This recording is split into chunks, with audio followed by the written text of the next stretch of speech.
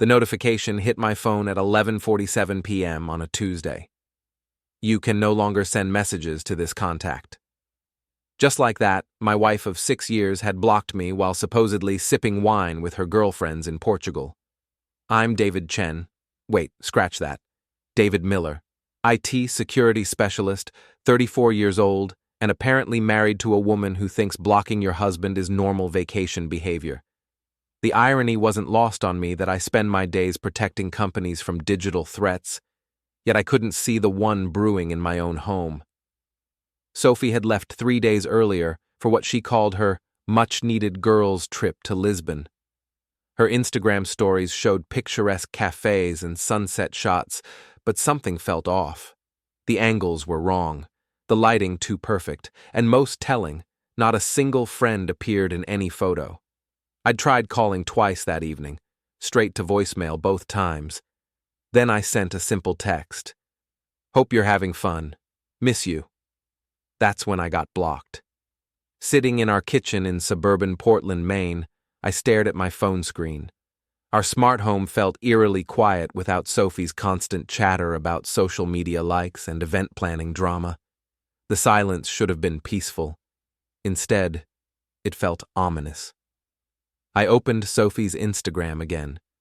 Her latest story, posted an hour ago, showed a glass of wine against a blurred restaurant background. The caption read, "Sometimes you need to disconnect to reconnect with yourself." The location tag said Lisbon, but the timestamp showed it was posted at 6 p.m. local time, which would be noon in Portugal. Odd time for wine at a restaurant. My phone buzzed. A text from Tommy, my younger brother. "Dude, saw Sophie at the marina today around 3. Thought she was in Europe?" My blood ran cold. The marina was 20 minutes from our house. I called Tommy immediately. "You sure it was her?" "Positive. She was getting on some fancy yacht with some guy in a suit.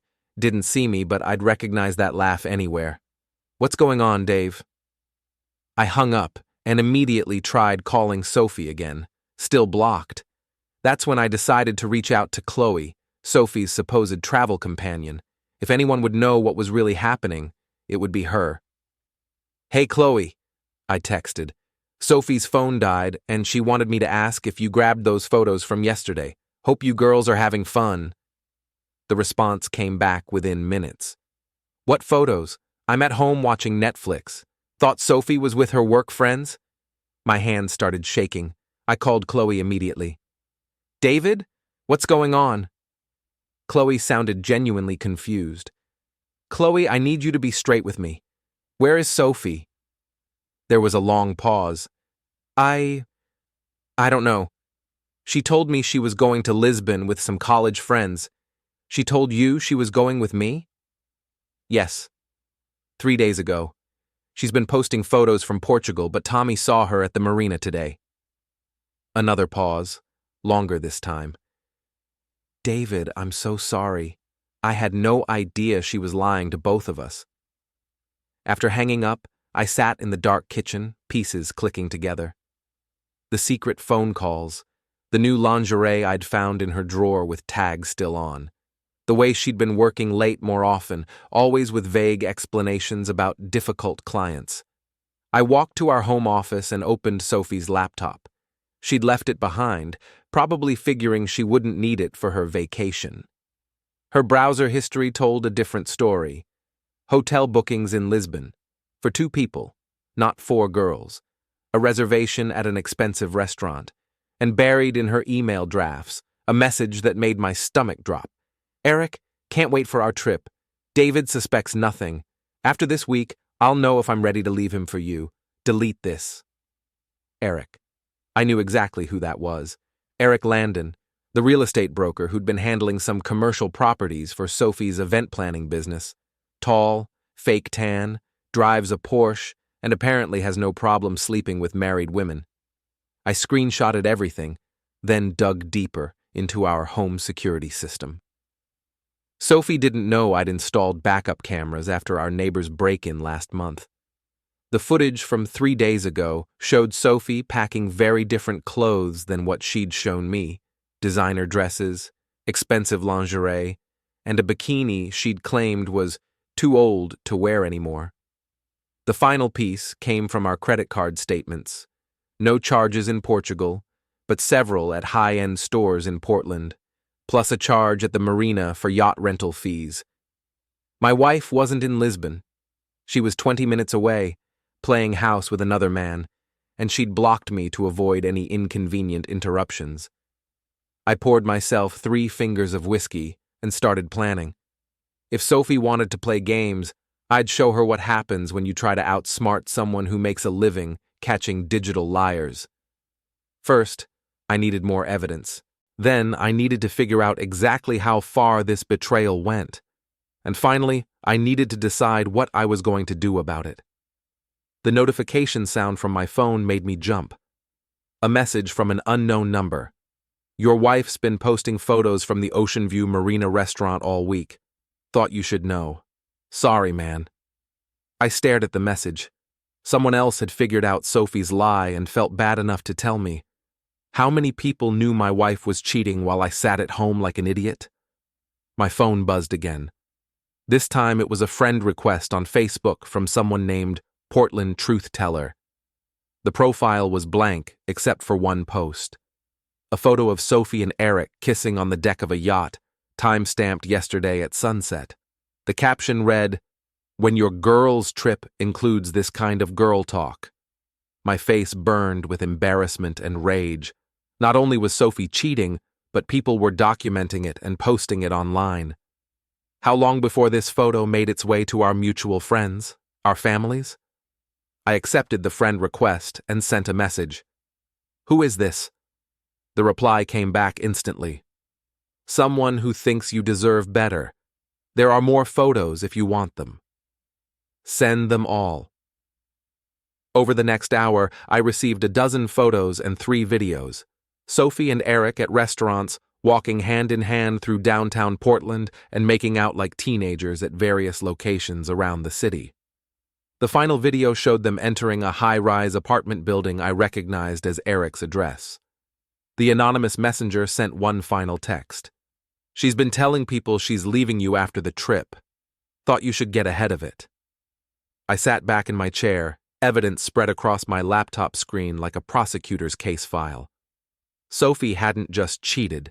She'd orchestrated an elaborate lie, blocked me to prevent discovery, and was apparently planning to blindside me with divorce papers when she got back from her fake vacation. But she'd made one crucial mistake. She'd underestimated exactly how good I was at uncovering digital deceptions. I opened a new browser window and started researching Maine divorce laws.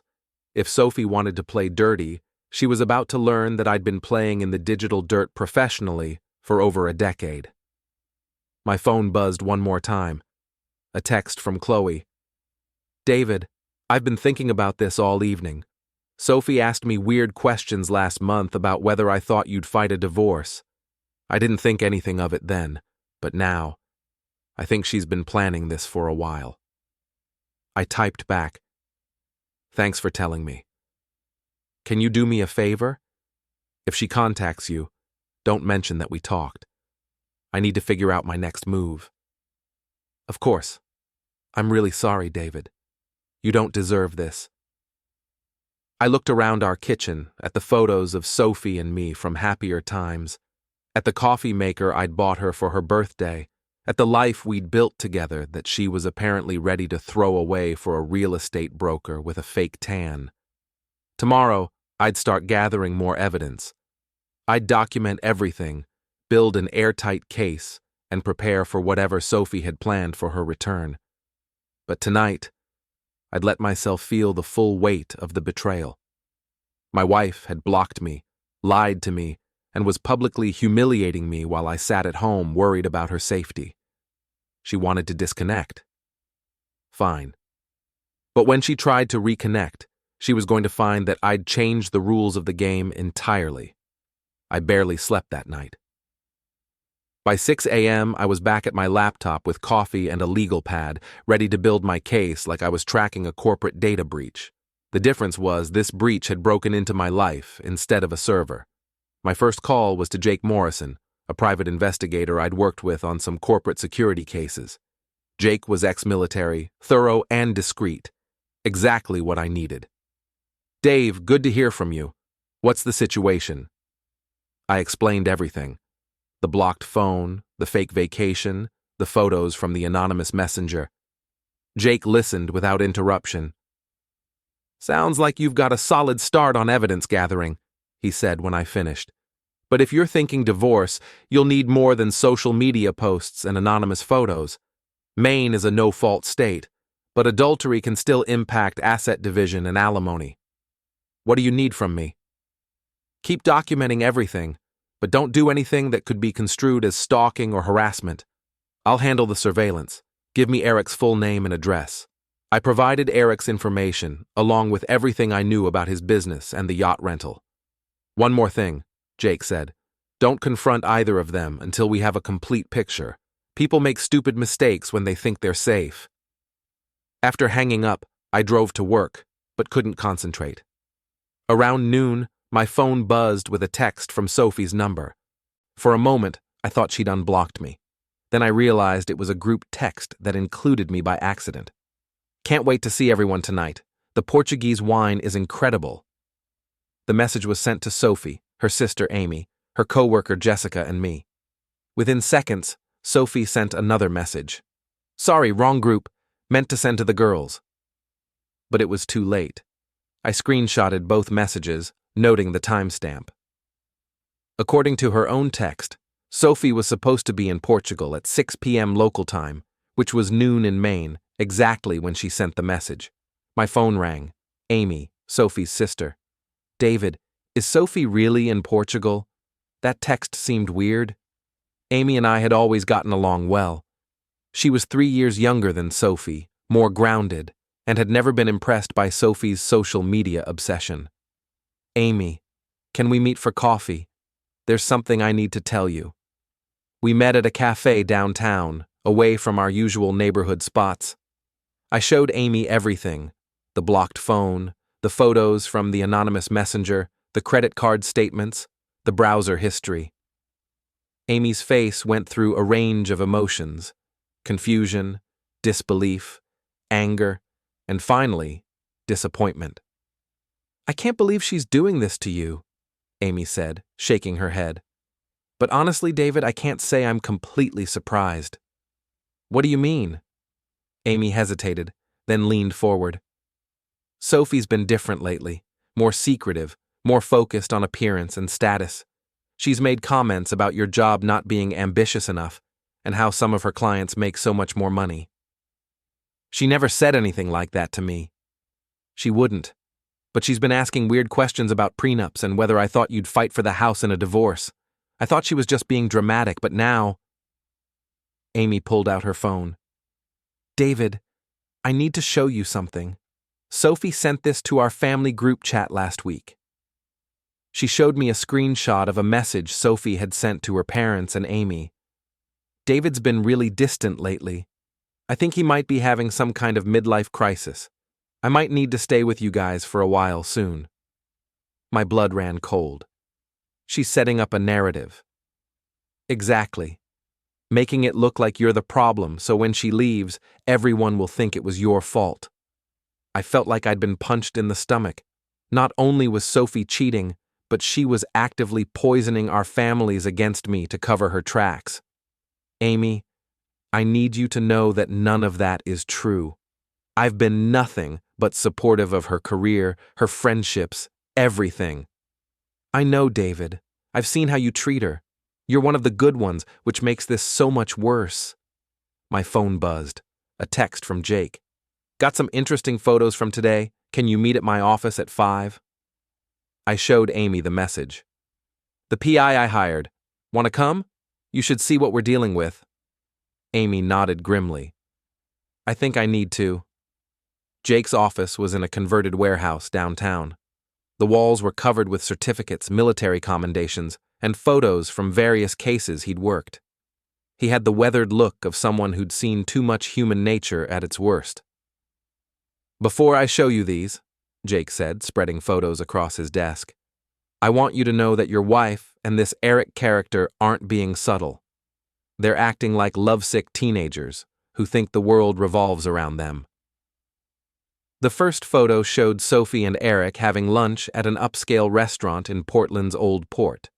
Sophie was wearing the dress she'd claimed to pack for museum visits in Lisbon. The second photo was taken through the window of Eric's apartment. Sophie was cooking in his kitchen, wearing nothing but one of his dress shirts. This was taken at 2 p.m. today, Jake said, while she was supposedly touring Portuguese castles. Amy gasped. "Oh my God, Sophie, what are you doing?" The final set of photos was the most damaging. Sophie and Eric at a jewelry store, looking at engagement rings. The salesperson was very chatty, Jake said. Apparently, Eric told her he was planning to propose to his girlfriend as soon as her divorce was finalized. The girlfriend, Sophie, was very excited about upgrading her boring suburban life to something more exciting. I stared at the photos, feeling a mix of rage and betrayal so intense I could barely speak. "There's more," Jake continued. I followed them to a lawyer's office. Eric's paying for Sophie to consult with a divorce attorney. They spent 2 hours discussing strategy for maximizing her settlement. Amy grabbed my arm. "David, she's not just cheating. She's planning to take you for everything you're worth." Jake nodded. The attorney they met with is known for aggressive tactics: false domestic violence claims, hidden asset accusations, character assassination. If Sophie follows his advice, she'll try to paint you as an abusive husband who's been hiding money. "But I've never touched her, never even raised my voice," I protested. "Doesn't matter if she's willing to lie," Jake said. "Maine courts take domestic violence allegations seriously. Even if the charges are eventually dropped, the damage to your reputation and finances could be permanent." I sat back in my chair, overwhelmed. "So what do I do?" "We get ahead of it," Jake said. "Document everything, build a timeline of her deception, and prepare for war. Because that's what this is going to be." Amy was quiet for a long moment, then spoke up. "I want to help." Both Jake and I looked at her. "Sophie's my sister, but what she's doing is wrong. David doesn't deserve this. What can I do?" Jake smiled for the first time since we'd arrived. "Actually, there's quite a bit you can do. Sophie trusts you. If she confides in you about her plans, that information could be crucial." "She's supposed to return from Portugal tomorrow," I said. "I need to act normal until we have everything we need." "Agreed," Jake said. "Let her think she's still in control. Meanwhile, we'll keep gathering evidence. By the time she makes her move, we'll be ready for her." As we left Jake's office, Amy turned to me. "David, I'm so sorry. I should have warned you when she started asking those weird questions." "You couldn't have known," I said. But privately I wondered how many other people had seen signs of Sophie's betrayal and said nothing. My phone buzzed with another accidental group text from Sophie. "The girls are being so supportive. Sometimes you need real friends to help you see your life clearly." I showed the message to Amy. "Real friends?" Amy shook her head in disgust. "She's talking about Eric and probably that divorce lawyer. David, my sister has lost her mind." That night I sat in our bedroom, looking at Sophie's side of the closet. Half her clothes were missing, the ones she'd taken to Eric's apartment. Her jewelry box was lighter, too. She'd been moving out gradually, right under my nose. I opened her nightstand drawer and found something that made my blood boil, a draft of a handwritten letter addressed to me. "David, I know this will come as a shock, but I haven't been happy for a long time. Your lack of ambition and emotional distance have made me realize we want different things. I've met someone who shares my vision for the future. I'll be staying with friends while we work out the details of our separation. Please respect my decision and don't try to contact me. Sophie." The letter was dated for tomorrow, the day after her supposed return from Portugal. She'd planned to leave it and disappear, probably back to Eric's apartment. I photographed the letter and sent it to Jake with a message. "Found this in her nightstand. She's planning to ambush me tomorrow." His response came back immediately. Perfect. Let her play her hand. We'll be ready. I put the letter back exactly where I'd found it and went to sleep in the guest room. Tomorrow, Sophie would return from her fake vacation and try to destroy my life, but she'd made one crucial mistake. She'd underestimated exactly how much damage a good IT security specialist could do when someone tried to hack his life. The game was about to begin. Sophie's key turned in the front door at 3:17 p.m. the next day. I was sitting in the living room, laptop open, pretending to work from home. I'd practiced this moment in my head a dozen times, but my heart was still racing. David, I'm home. Her voice had that artificially bright tone she used when she was nervous. She walked into the living room pulling a suitcase that looked suspiciously light for a week-long international trip. Her tan was clearly from a local salon, not Portuguese sunshine. Hey, babe, how was Lisbon? I stood up and moved toward her for a hug, watching her body language carefully. Sophie tensed slightly when I embraced her, and I caught a whiff of cologne that definitely wasn't mine. Eric's cologne. It was amazing. The girls and I had such a great time. I have so many photos to show you. She was talking too fast, a sure sign she was lying. I'd love to see them. Did you get that text I sent a few days ago? You never responded. A flicker of panic crossed her face. Oh, you know how international roaming is. My phone was acting up the whole time. That's weird. I tried calling too. Yeah, something was wrong with the connection. Chloe had the same problem. Sophie was digging herself deeper with each lie. I nodded sympathetically. Well, you're home now. I missed you. I missed you too, she said, but she couldn't meet my eyes. Sophie disappeared upstairs to unpack, which gave me time to text Jake. She's here, playing it exactly like we expected. His response, stay calm. Let her make the first move. When Sophie came back downstairs, she seemed more composed. She'd changed clothes and fixed her makeup, preparing for whatever performance came next. David, we need to talk. Here it comes. Sure. What's on your mind? Sophie sat on the couch across from me, her hands folded in her lap like she was about to deliver a rehearsed speech, which, knowing what I knew, she probably was. This trip gave me time to think about us, about our marriage. I realized I haven't been happy for a while. I kept my expression neutral. What do you mean? We've grown apart. We want different things. You seem content with your job and this house, but I need more. I need someone who shares my ambitions. The words stung, even though I knew they were coming. Sophie, I've always supported your career. I've never held you back from anything. It's not about holding me back. It's about moving forward together, and I don't think we can do that anymore. She paused, waiting for me to respond. When I didn't, she continued. I think we should separate. I've already talked to a lawyer. A lawyer? I tried to sound shocked. Sophie, don't you think we should try counseling first? I don't think counseling can fix this. My mind is made up. The coldness in her voice was chilling. This was someone I'd shared a bed with for 6 years, and she was discarding our marriage like old furniture. Where will you stay? I asked. I have friends who can help me out. The important thing is that we handle this maturely. Friends, singular. Eric. What about the house? Our finances? Sophie's eyes lit up slightly, and I realized we'd reached the part she was most excited about. My lawyer says that since we're both on the mortgage and I contributed to the down payment, I'm entitled to half the equity. Plus, since I make less than you, I might be eligible for alimony. Sophie, you make decent money with your event planning business. It's irregular income, very unpredictable. Another lie. I'd seen her tax returns. My phone buzzed with a text. I glanced at it and saw it was from Amy. Is she there? How's it going? Sophie noticed me checking my phone. Are you even listening to me?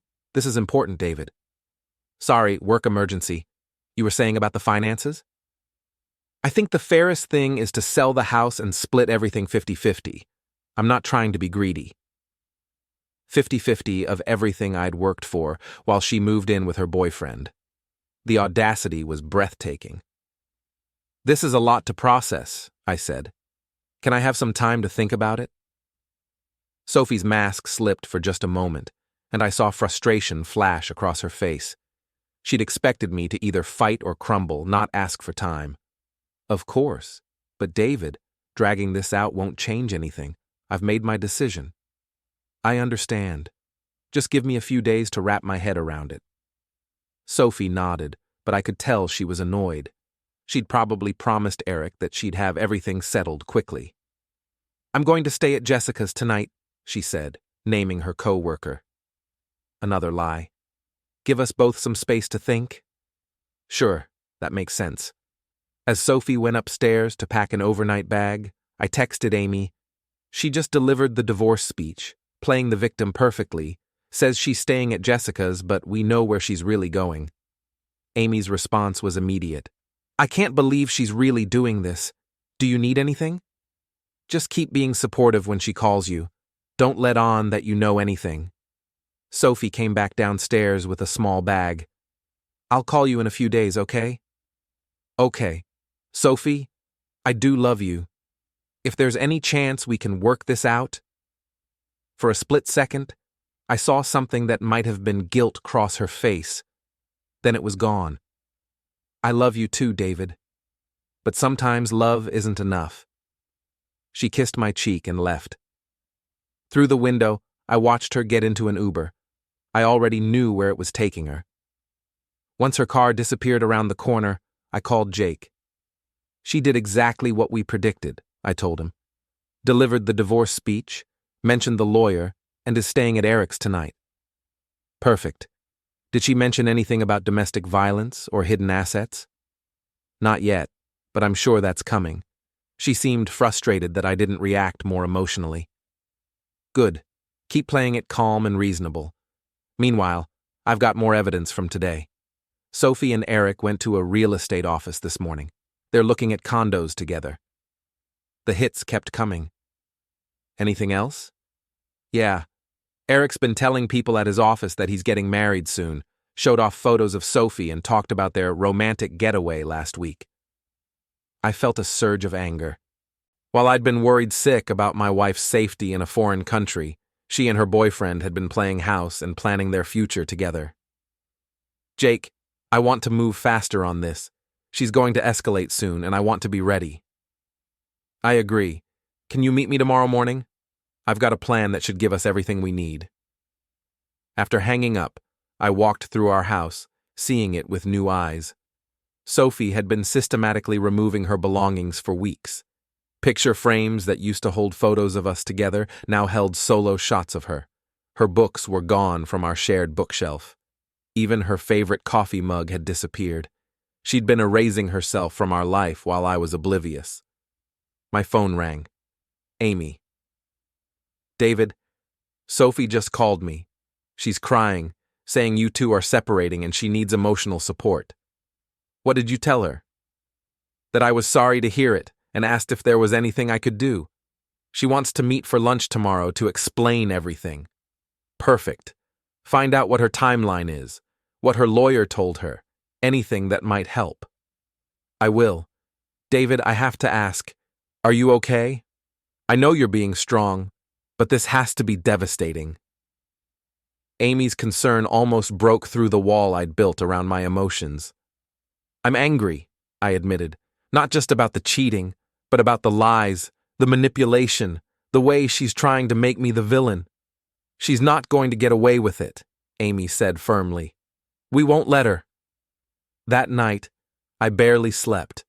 Every time I closed my eyes, I saw Sophie and Eric looking at engagement rings, planning their future with my money.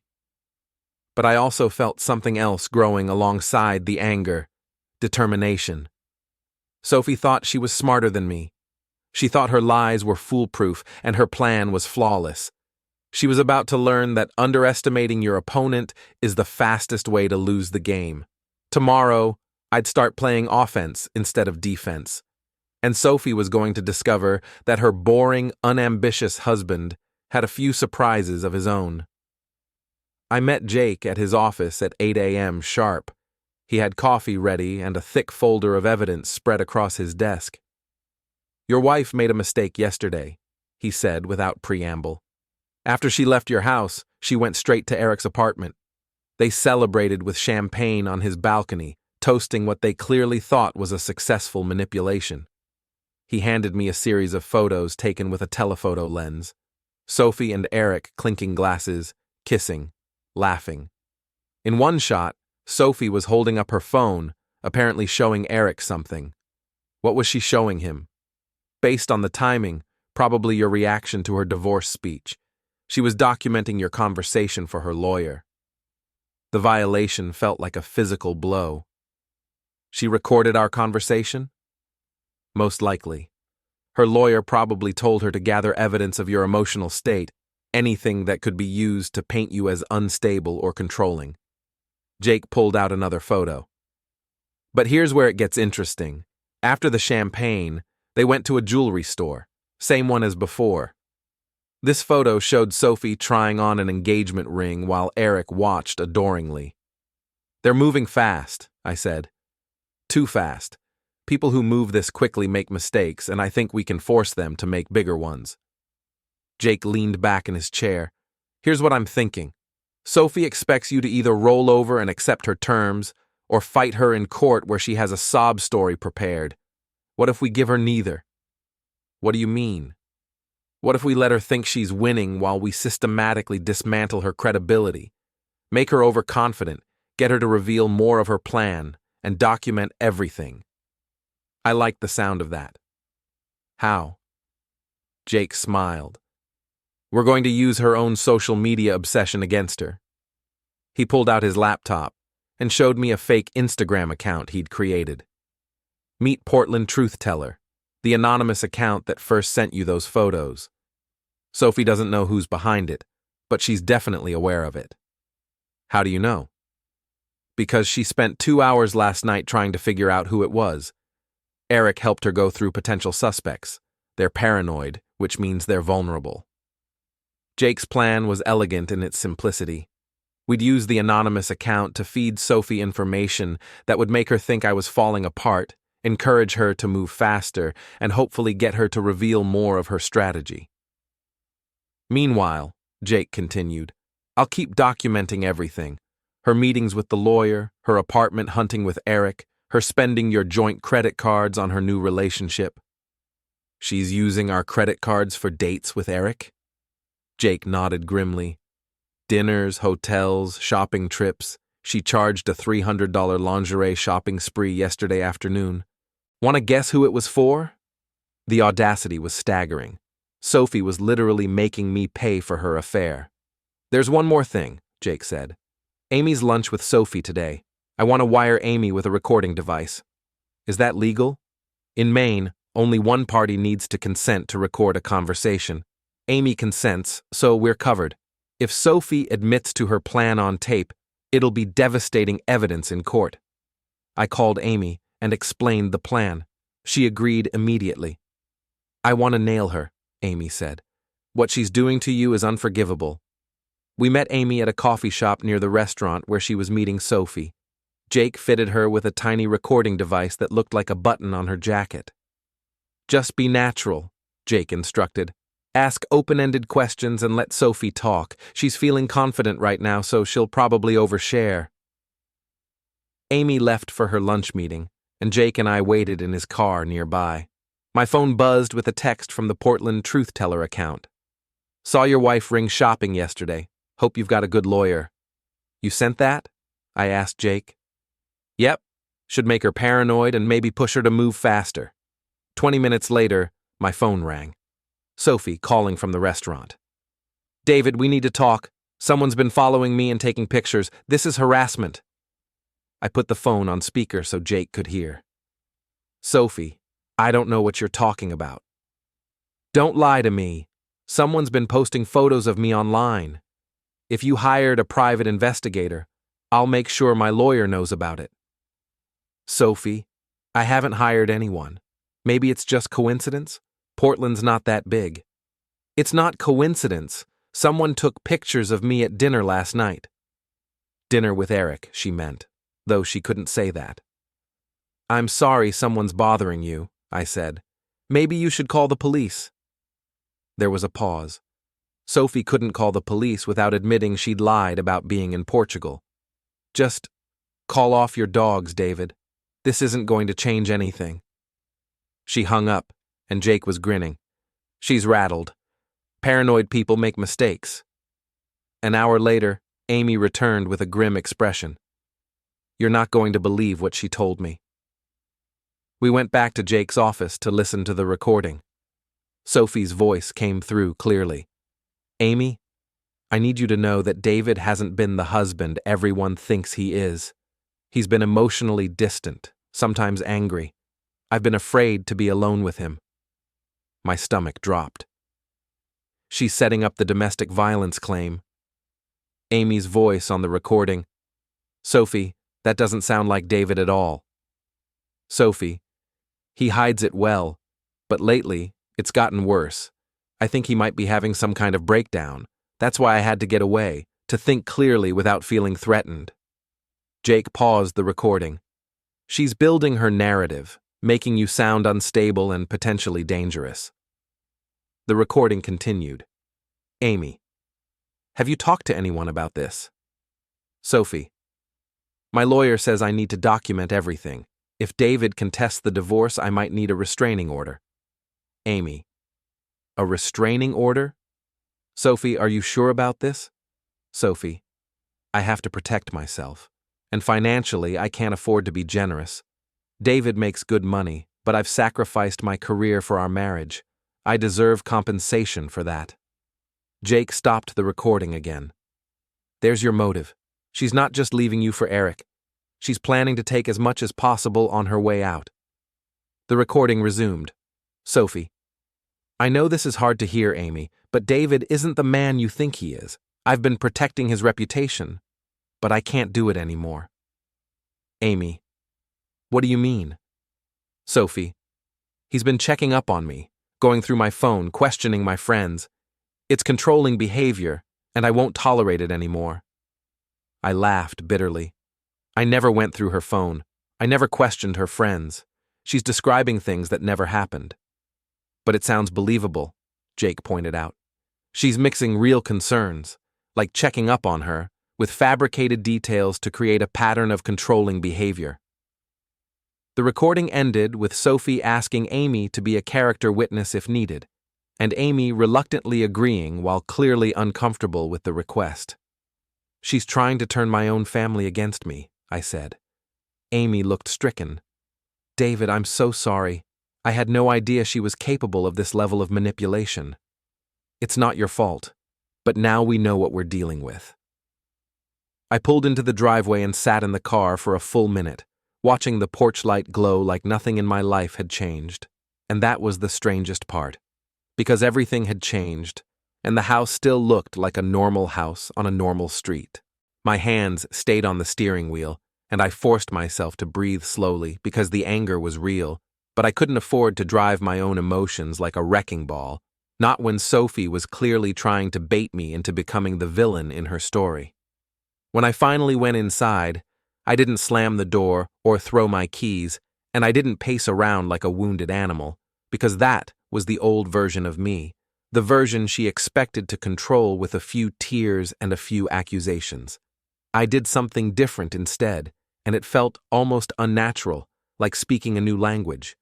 I went straight to the kitchen table, opened my laptop again, and started organizing the evidence like I was building a report for a job, because, in a way, I was. I created folders with dates.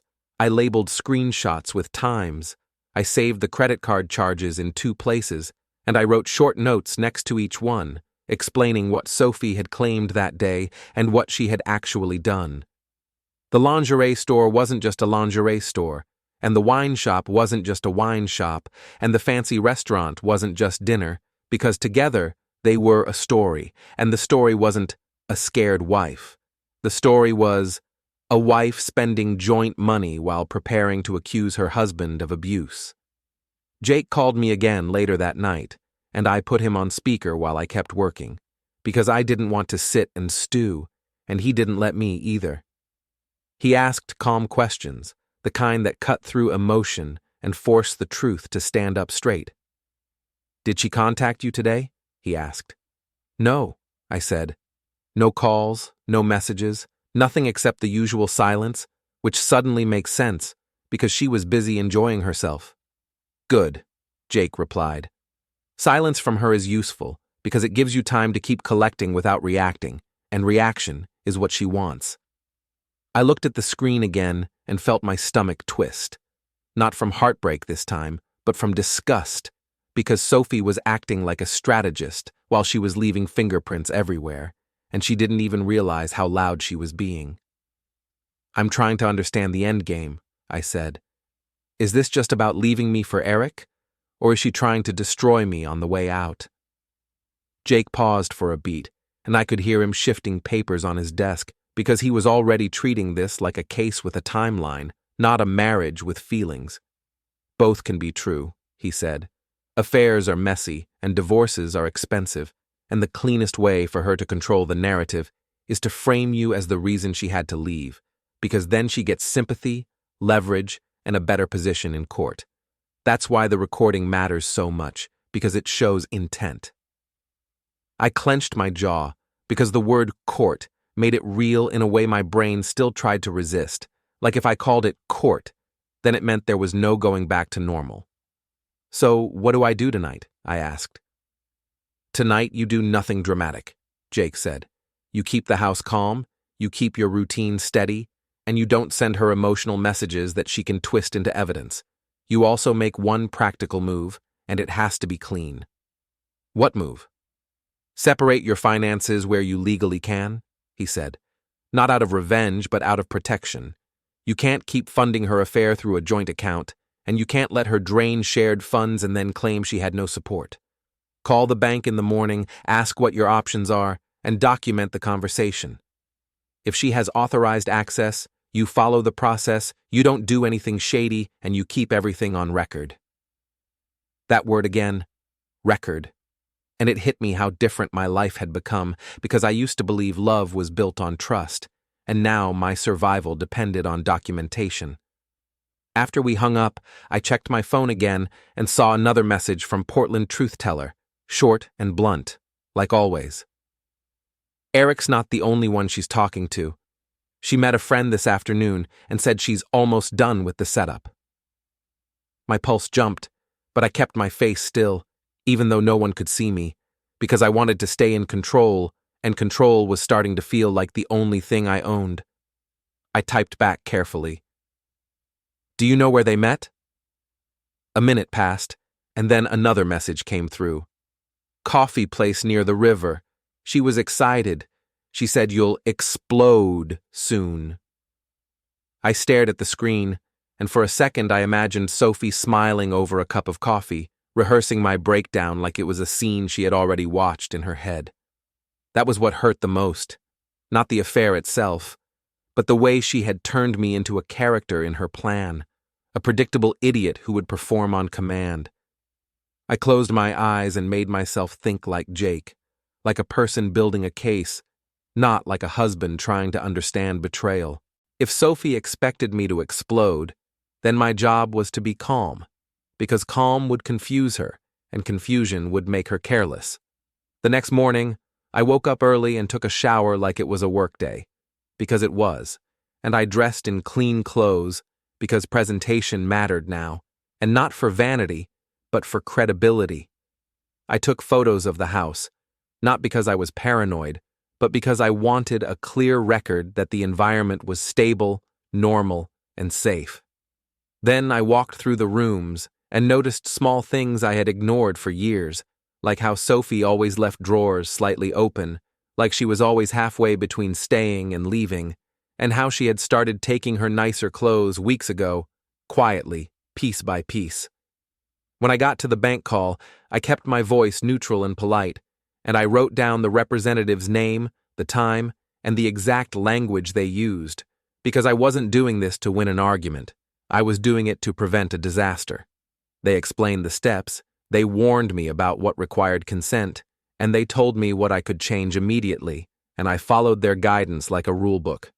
After the call, I saved the notes and emailed them to myself, because if Sophie tried to rewrite history later, I wanted a timeline that didn't depend on memory. Then I did something else that felt small but important, something Jake had hinted at without saying it directly.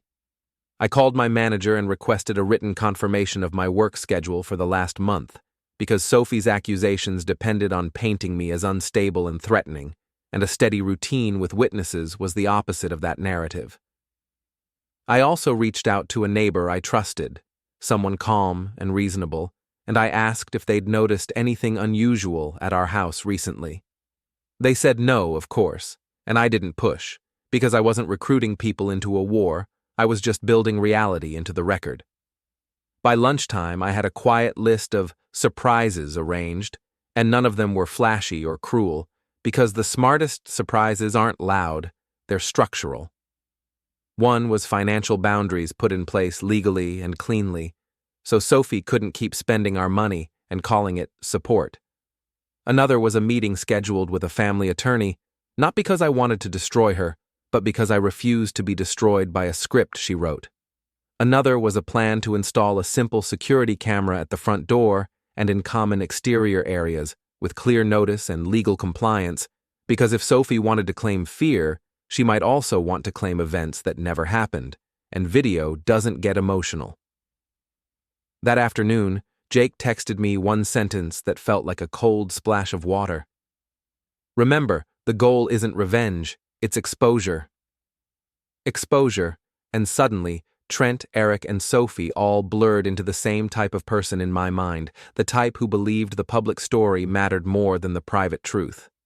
Sophie wanted to play victim, and she wanted me to be the monster, and she assumed I was too boring to notice the strings she was pulling.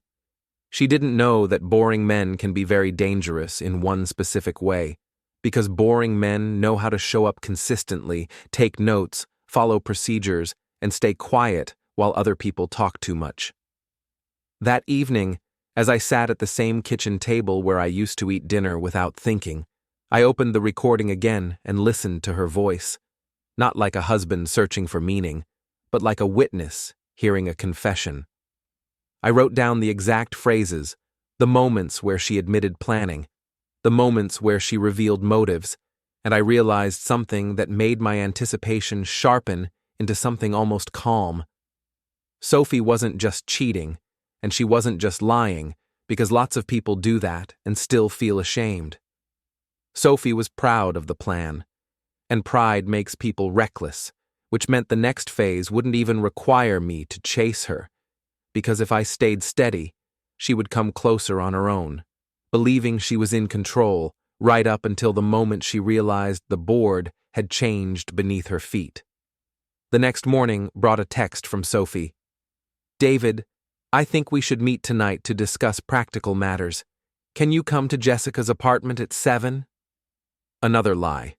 I knew she was staying at Eric's, but she was maintaining the fiction that she was crashing with her coworker. I texted back, "Of course, I want to handle this the right way." Then I called Jake. "She wants to meet tonight. I think she's ready to make her demands." Perfect timing. I've got some new intelligence that changes everything. I met Jake at his office, where he had another folder waiting. "Your wife made a crucial mistake yesterday," he said. "She got overconfident and sloppy." He showed me a series of photos taken outside a law office. Sophie and Eric entering together, then leaving an hour later, looking pleased with themselves. Eric went with her to meet with her divorce attorney. That's a huge tactical error. Why? Because it proves they're coordinating their strategy together. It shows the affair directly influenced her legal decisions, and most importantly, it gives us leverage. Jake pulled out another set of photos. But this is the real game changer. The photos showed Eric at a real estate office, signing papers. Eric bought a condo yesterday, 2 bedrooms, downtown Portland, paid cash. I studied the photos. So where did Eric get $200,000 in cash? His real estate commissions are public record, and he hasn't had any major sales recently. Jake opened his laptop and showed me a financial report. I did some digging into Eric's background. He's got gambling debts, credit card problems, and his business has been struggling. 6 months ago, he was facing bankruptcy. And now he's buying condos with cash? Exactly. Which means either he came into money illegally or someone's helping him finance his new lifestyle. The implications hit me like a truck. You think Sophie's been giving him money? I think Sophie's been stealing from your joint accounts and her business to fund Eric's debts and their future together. Jake showed me a detailed financial analysis he'd prepared. Over the past 6 months, Sophie had made numerous cash withdrawals from our joint savings account. Small amounts, $500 here, $1,000 there, but they added up to nearly $25,000. She told you these were business expenses, right? I nodded.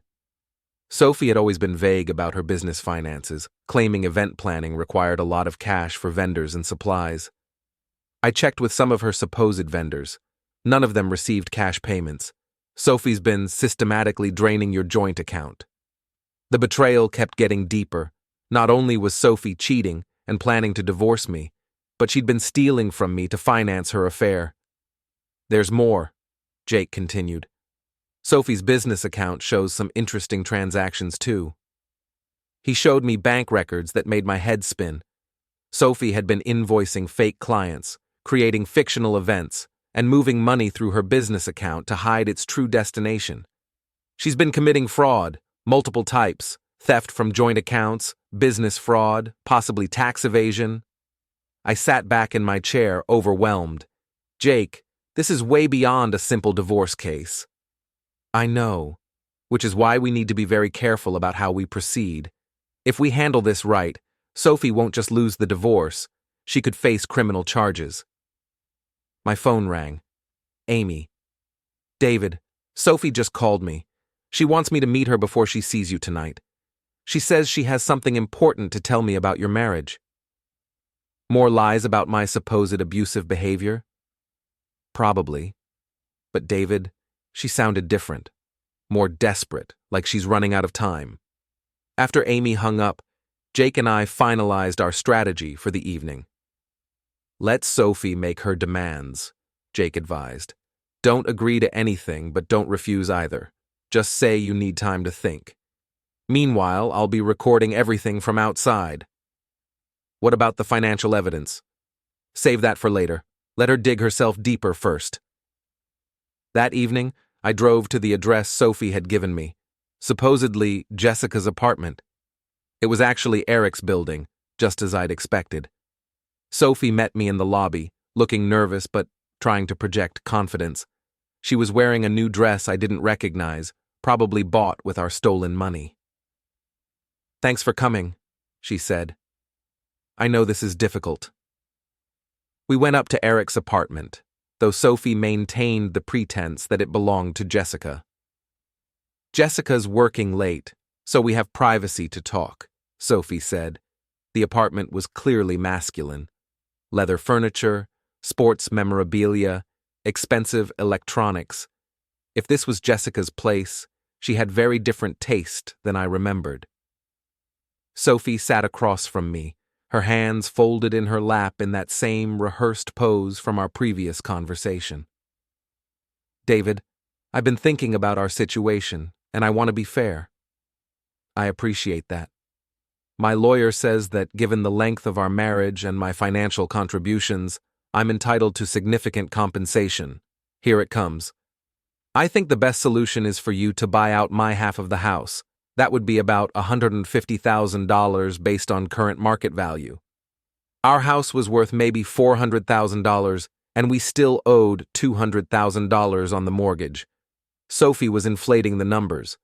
Plus, given my reduced earning capacity due to supporting your career, I think $2,000 a month in alimony for 5 years would be reasonable. I did the math quickly. Sophie was asking for over $270,000 total, money that would go directly into her new life with Eric. That seems like a lot, I said carefully. Sophie's mask slipped slightly. David, I'm being generous.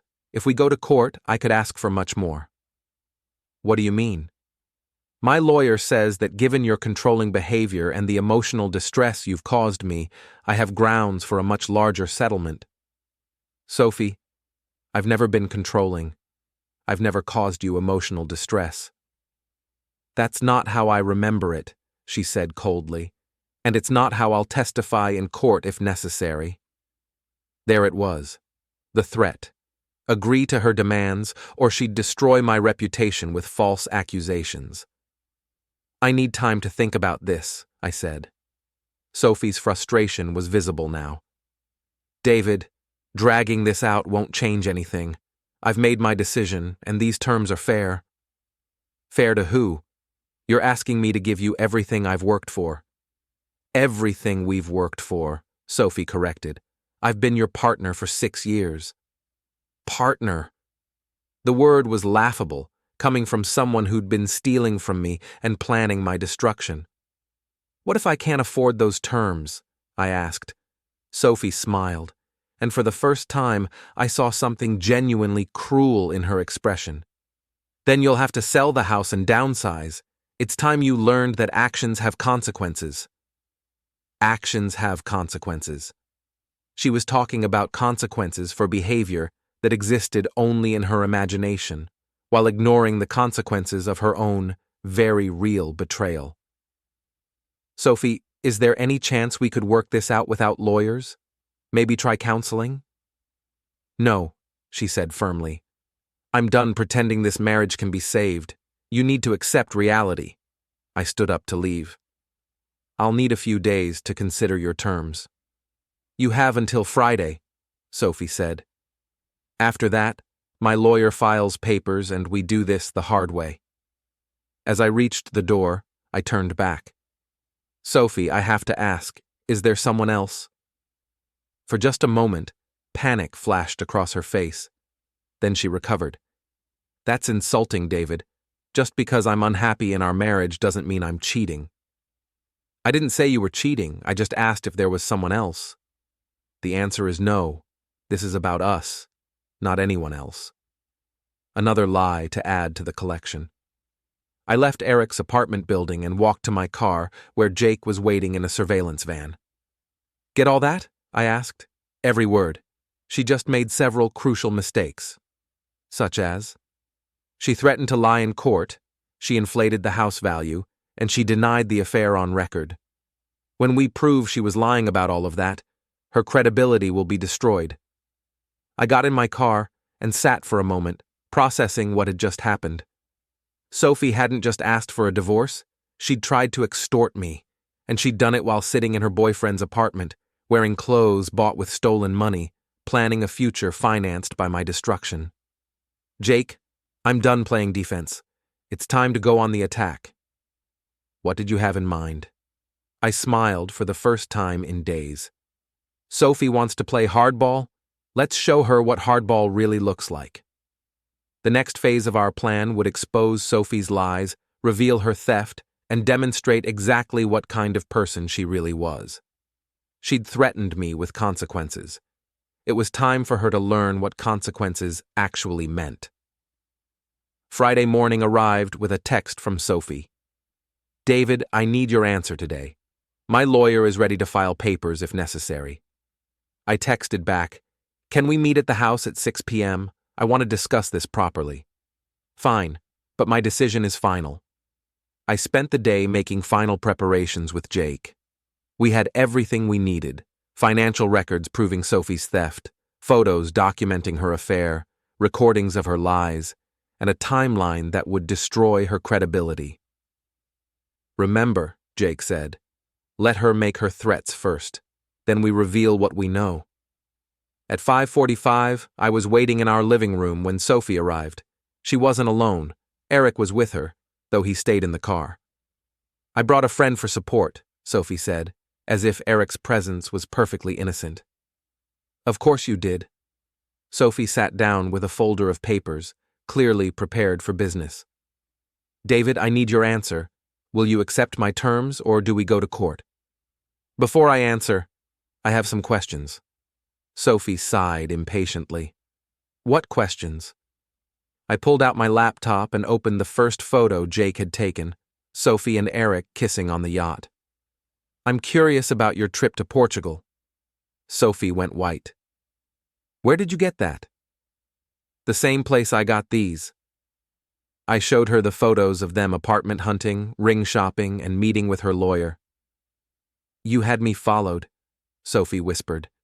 I had my cheating wife investigated, yes, along with her boyfriend who's been spending our money. Eric must have seen something through the window because he got out of the car and started walking toward the house. David, this doesn't change anything, Sophie said, but her voice was shaking. Doesn't it? Let's see what your lawyer thinks when he learns you lied about the affair, committed fraud, and stole marital assets. Eric knocked on the door. Sophie let him in, and I got my first close look at the man who'd been sleeping with my wife. He was exactly what I'd expected. Expensive suit, fake tan, practiced smile. The kind of guy who thought charm could solve any problem. You must be David, Eric said, extending his hand. I'm Eric Landon. I didn't shake his hand. I know who you are. Eric looked uncomfortable but tried to maintain his composure. Look, David, I know this is awkward, but Sophie and I didn't plan for this to happen. Really? Because I have photos of you two looking at engagement rings 3 weeks ago. Eric's fake smile faltered. David, stop, Sophie said. This isn't helping anyone. You're right. Let me show you what will help. I opened Jake's financial analysis on my laptop. Sophie, can you explain these cash withdrawals from our joint account? $25,000 over 6 months? Sophie looked panicked. Those were business expenses. Which businesses? I called your vendors. None of them received cash payments. I turned the laptop toward Eric. Eric, where did you get the cash to buy your new condo? Because according to public records, you were facing bankruptcy 6 months ago. Eric's face went red. That's none of your business. Actually, it is my business when my wife has been stealing from our joint account to pay your debts. Sophie stood up abruptly. David, you can't prove any of that. Can't I?